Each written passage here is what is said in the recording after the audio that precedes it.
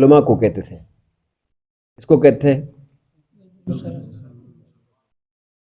یہود اور نصارہ کے جو علماء تھے جو اپنے عوام کو دین بتاتے تھے ان کو رہبان اور احبار کہتے تھے، یعنی بڑے مولوی. سمجھ میں آیا جی؟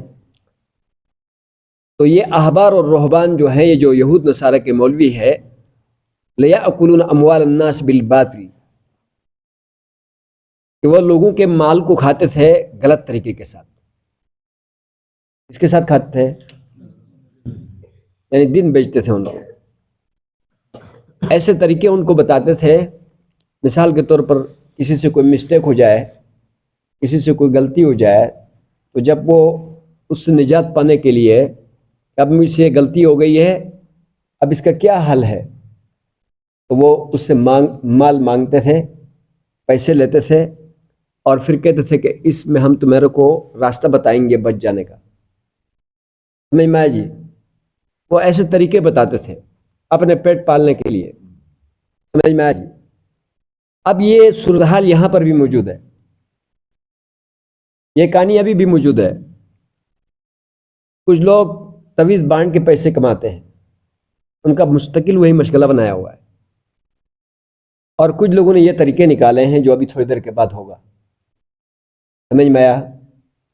مولویوں نے یہ طریقے نکالا، اس لیے کہ پرانے زمانے کے مولویوں کو وہ تنخواہیں تو دیتے نہیں تھے، ہاں، اور اس کے علاوہ جو ہیں ان کی کوئی اور خدمت نہیں کرتے تھے. ان مولویوں نے سوچا کہ ایسا کرتے ہیں کہ ایسی روٹی پانیوں کا ترتیب بناتے ہیں ہر مرنے والے کے پیچھے، کہ تیسری بھی کریں گے، 11ویں بھی کریں گے، اور جمعراتی بھی کریں گے، 7ویں بھی کریں گے، 40ویں بھی کریں گے، سالانہ بھی کریں گے. اس دوران تک ایک اور مر جائے گا. سمجھ میں آیا جی؟ اس دوران تک کیا ہو جائے گا؟ ایک اور مر جائے گا.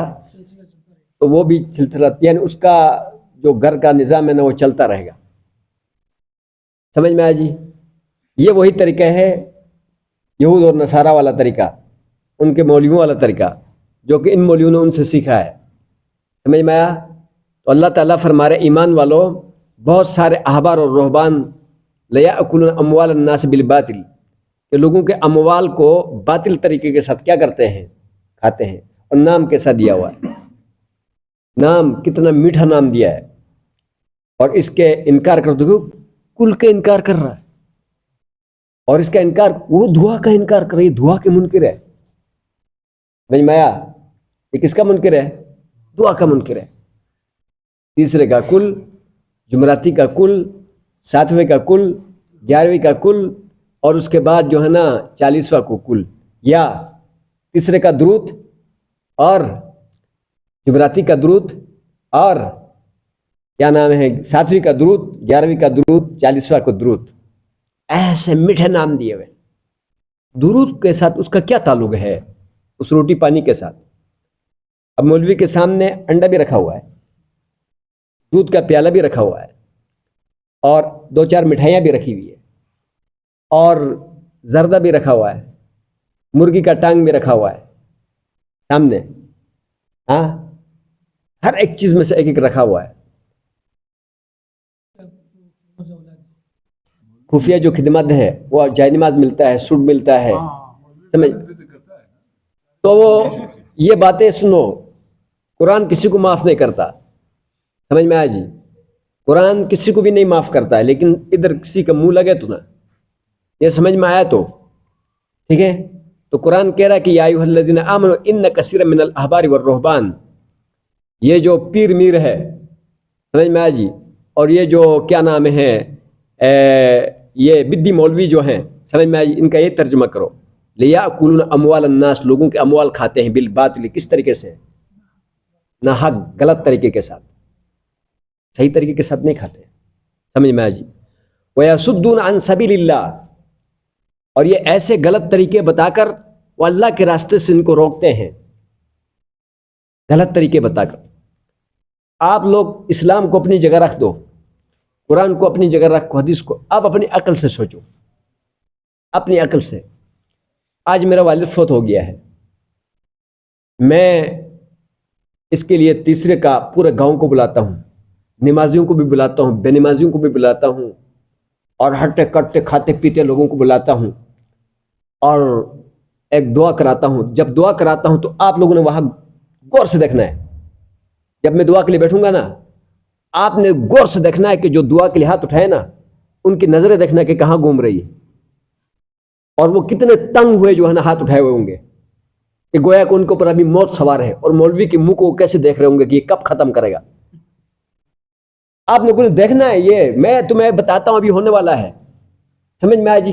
آپ لوگوں نے دیکھنا ہے کہ یہ کب جو ہے نا کیا نام ہے، یہ آپ سب کی نظریں میرے اوپر ہوں گی کہ یہ کب ختم کرے گا مصیبت جو ہمیں مصیبت میں ڈال دیا اس نے۔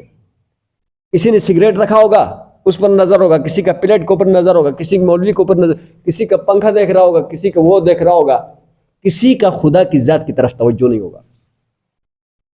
دیکھ لینا تجربہ کر کے، ابھی ہونے والا ہے۔ کسی کا خدا کی طرف خوف کے ساتھ، آنسو بہانے کے ساتھ، کوئی گھبراہٹ کے ساتھ، کوئی توجہ کے ساتھ، کوئی فکر کے ساتھ، کوئی خالق توجہ نہیں ہوگا۔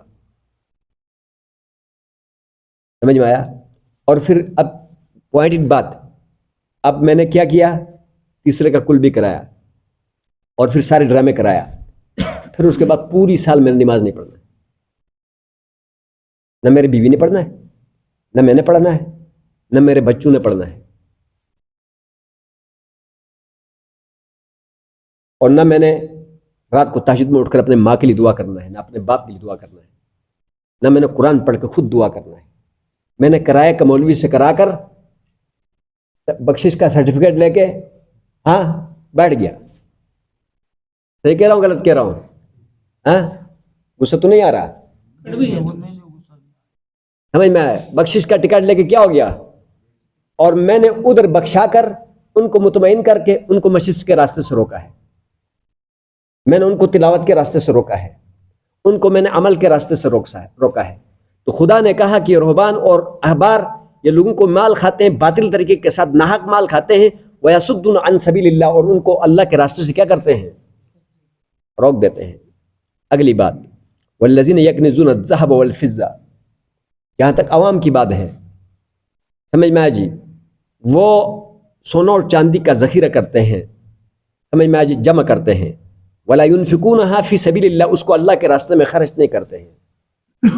جو لوگ مال اللہ کے راستے میں خرچ نہیں کرتے ہیں، صحیح معنوں میں، غلط طریقے کے ساتھ نہیں، سمجھ میں آئی؟ ہم یہ جو ابھی روٹی کھلا رہے ہیں ثواب کے لیے، اس کے ثواب کا منکر نہیں ہے۔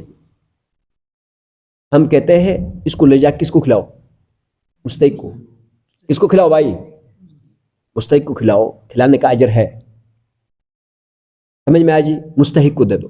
تو یہاں جو لوگ اللہ کے راستے میں تو خرچ نہیں کرتے ہیں، رسومات اور بدعات پر کیا کرتے ہیں، خرچ کرتے ہیں، وَلَا يُنْفِقُونَ فِي سَبِيلِ اللَّهِ، وہ اللہ کے راستے میں خرچ نہیں کرتے، جمع کرتے رہتے ہیں۔ تو فَبَشِّرْهُمْ بِعَذَابٍ أَلِيمٍ، ان کے لیے کیا کرنا، دردناک عذاب کا خوشخبری سناؤ۔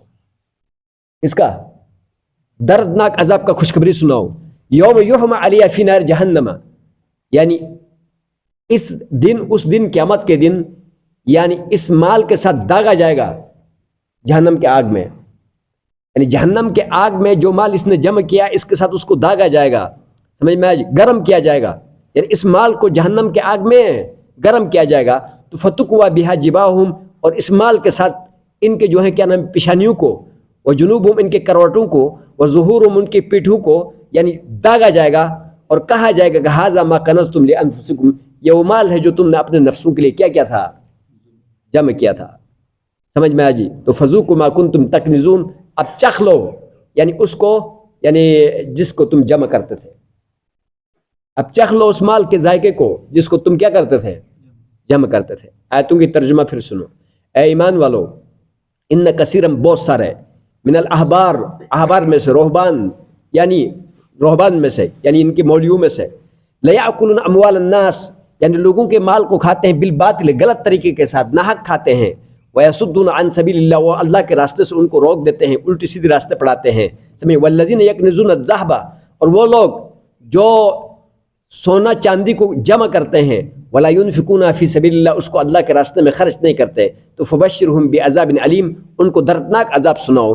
یوم یحمى علیہ فی نار جہنم، یعنی اس دن اس مال کو گرم کیا جائے گا، یعنی جہنم کے آگ میں، فتقوا بها جباہم، ان کے پیشانیوں کو، وجنوب ان کی کروٹوں کو، وظہورہم ان کی پیٹھوں کو، یعنی داغا جائے گا اور کہا جائے گا کہ ھذا ما کنزتم لانفسکم، اور یہ تمہارا وہ مال ہے جو تم نے اپنے نفسوں کے لیے کیا کیا ہے، جمع کیا ہے، تو فذوقوا ما کنتم تکنزون، چکھ لو اس کو جو تم اس کو جمع کیا کرتے تھے۔ سخت وعید ہے یا آسان ہے؟ اللہ سبحانہ وتعالی ہمیں بچائے، سمجھ میں آئے جی، اللہ ہمیں ہدایت اور سمجھنے کی توفیق عطا فرمائے۔ اللہم انت السلام، اللہم لا مانع لما ولا معطی لما منعت ولا ينفع ذا الجد منک، اللہم اعنا علی ذکرک و شکرک و حسن عبادتک، صلی اللہ تعالی علی خیر خلقہ محمد و علی آلہ وصحبہ۔